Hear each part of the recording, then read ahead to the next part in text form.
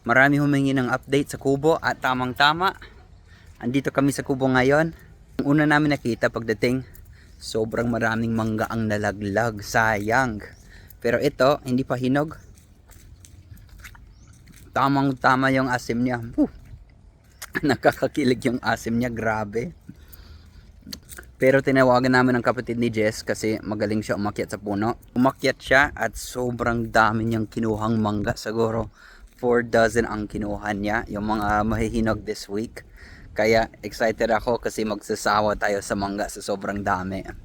Kagaya ng sinabi ko dati, every week kami umuwi dito sa Kubo. Dito kami nagre-relax. Marami kaming duyan. Tapos sobrang mahangin. Malilim dahil sa sobrang daming mangga. Mag-relax lang tayo dito. Kaya gustong gusto ko dito sa Kubo. So tahimik. Nakaka-relax. Pero kung may ibang questions kayo about sa Kubo, let me know.